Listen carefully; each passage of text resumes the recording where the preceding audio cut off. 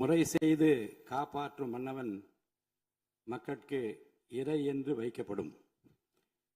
நீதிமுறை செய்து குடிமக்களை காப்பாற்றும் மன்னவன் மக்களுக்கு தலைவன் என்று தனியே கருதி மதிக்கப்படுவான்.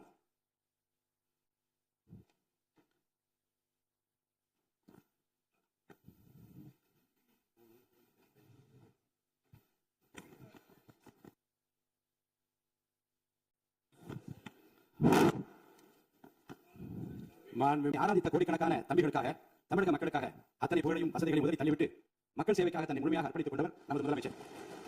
அரசியல் களத்தில் எதிர்கொண்ட பெரும் சோதனைகளையும் அபாண்டமான அவதூறுகளையும் தனது அசாத்திய பொறுமையாலும் மக்கள் பலத்தாலும் முறியடித்து இன்று வென்று காட்டியவர் நம் முதல்வர். அவருக்கு பிறந்தநாள் வாழ்த்துக்கள். பிறருடைய அனுபவங்களை மதித்து கற்றுக்கொள்வதில் நம் முதலமைச்சர் மிகுந்த வல்லவர். வெளியில் உள்ளவர்கள் நினைப்பதை காட்டிலும் தமிழகத்தின் அனைத்து துறைகள் குறித்தும் மக்களின் தேவைகள் குறித்தும் துல்லியமான விவரங்கள் அவருக்கு அச்சு பிசகாமல் தெரியும். எதனையும் ஆழமாக சிந்தித்து முடிவெடுக்கும் அவரது நிர்வாக திறமை அனைவரையும் வேப்பிலை ஆட்டுகிறது. தன் மீதான விமர்சனங்களை தன் செயல்களால் முறியடித்து ஒரு தேர்ந்த ஆளுமையாக தினந்தோறும் அரசை வழிநடத்தும் வித்தகருக்கு, முதல்வருக்கு என் பிறந்தநாள் வாழ்த்துக்கள்.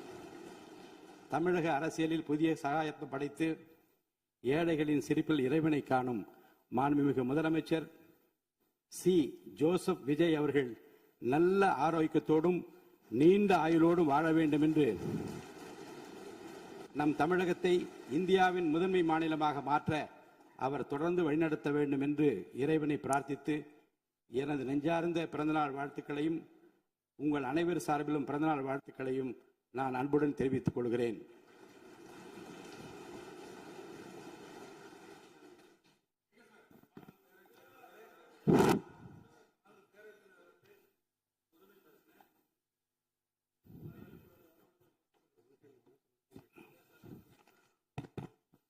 நேற்று நடந்த அந்த சம்பவங்களை குறித்து திராவிட முன்னேற்ற கழகம், அனைத்து இந்திய அண்ணா திராவிட முன்னேற்ற கழகம் உட்பட இந்த அவையில் உள்ள அனைத்து கட்சிகளை சார்ந்தவர்களும்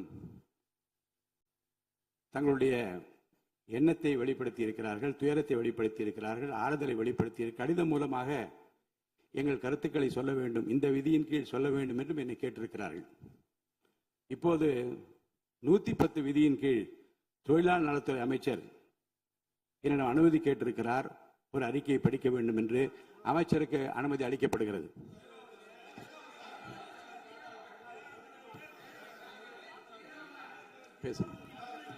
மாண்புமிகு பேரவைத் தலைவர் அவர்களே,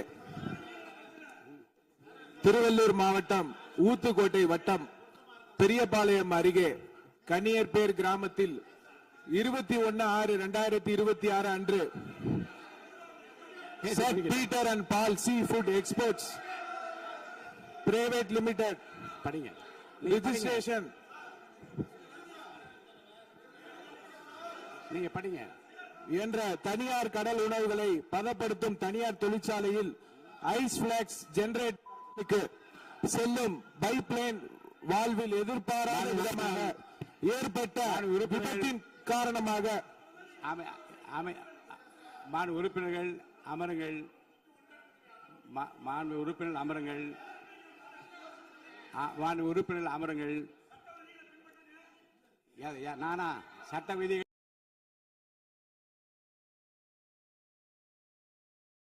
வேண்டாம், அமைதியா உட்காருங்க. முதல்ல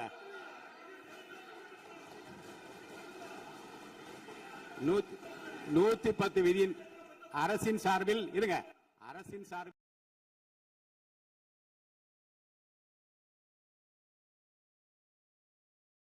சொல்லட்டும். நீங்கள் சொல்ல உட்காருங்க, நான் சொல்றேன், சொல்றேன். நீங்கள் சொல்ல விரும்புகிற கருத்துக்களை இன்றைக்கு ஏறத்தாழ 11 பேர் பேச இருக்கின்றார்கள்.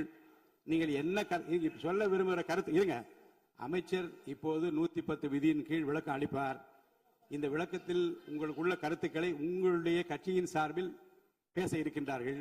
பேசுகிறவோ உங்க கருத்தை சொல்ற உரிமை நான் தருகிறேன். இந்த 0 ஓவர் கிடையாது. வினாக்கள் பாருங்க, பிசினஸ் அட்வைசரி கமிட்டியில உட்கார்ந்து பேசுகிற போது வினாக்கள் விடைகள் நேரமும் 0 அவர் கிடையாது என்று சொல்லிவிட்டோம். இப்போது இதை பற்றி இந்த கருத்துக்களை நீங்கள் பேசுகிற போது உங்கள் உறுப்பினர் சார்பில் எடுத்து வைக்க நான் அனுமதி அளிக்கிறேன். அப்போது நீங்கள் தாராளமாக பேசலாம். மாண்புமிகு அமைச்சர் பேசுங்க. மாண்புமிகு பேரவைத் தலைவர் அவர்களே, திருவள்ளூர் மாவட்டம் ஊத்துக்கோட்டை வட்டம் பெரியபாளையம் அருகே கன்னியர்பேர் கிராமத்தில் 21/6/2026 அன்று saint Peter and Paul seafood exports private limited company என்ற தனியார் கடல் உணவுகளை பதப்படுத்தும் தனியார் தொழிற்சாலையில் ஐஸ் பிளாக்ஸ் ஜெனரேட்டர் மிஷினுக்கு செல்லும் பைப்லைன் வால்வில் எதிர்பாராத விதமாக ஏற்பட்ட விபத்தின் காரணமாக அமோனிய வாயு கசிவு ஏற்பட்டுள்ளது.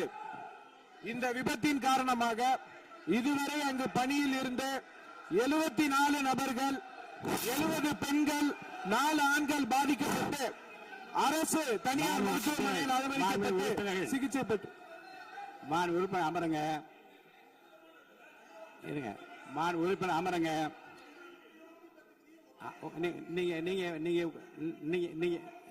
நீங்க உட்கார்ந்தீங்கன்னா தான் நான் பேச முடியும். உட்காருங்க, எல்லாரும் உட்காருங்க.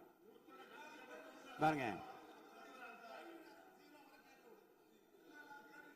நீங்க உங்க கட்சி தலைவர் பேசுற, நீங்க எல்லாம் குறுக்க ஏன் பேசுறீங்க? பேசாதீங்க, குறுக்க பேசாதீங்க. யாரோ ஒருத்தர் பேசுங்க.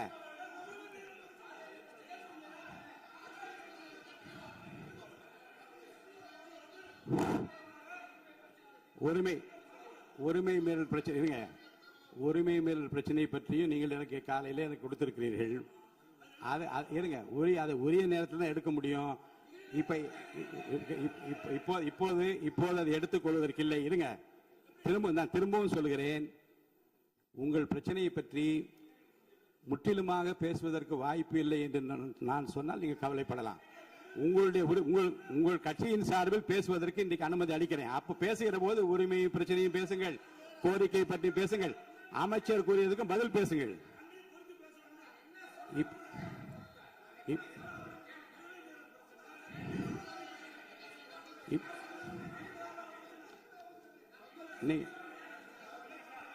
இப்போது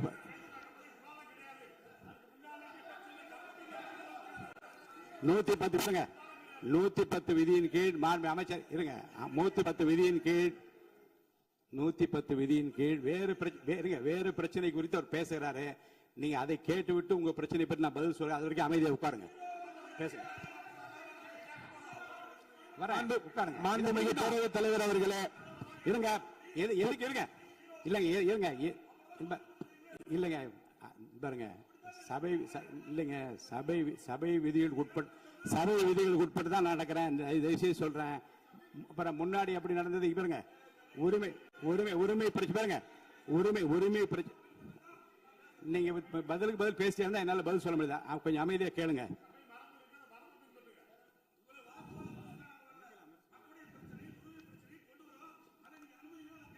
அந்த அனுமதி 110 விதியின் கீழ் இந்த சம்பவத்துக்கு இல்லங்க சார். இருங்க, நான் என்ன சொல்றேன், நான் சொன்ன பிறகு